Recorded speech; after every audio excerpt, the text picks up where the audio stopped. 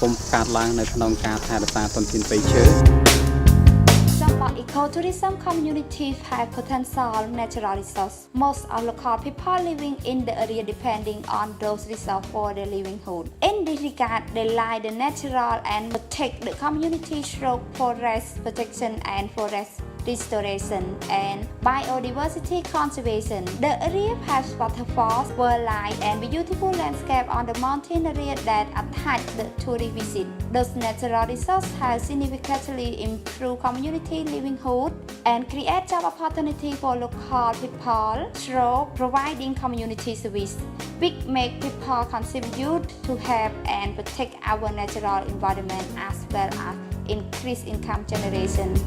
My nature, my hero.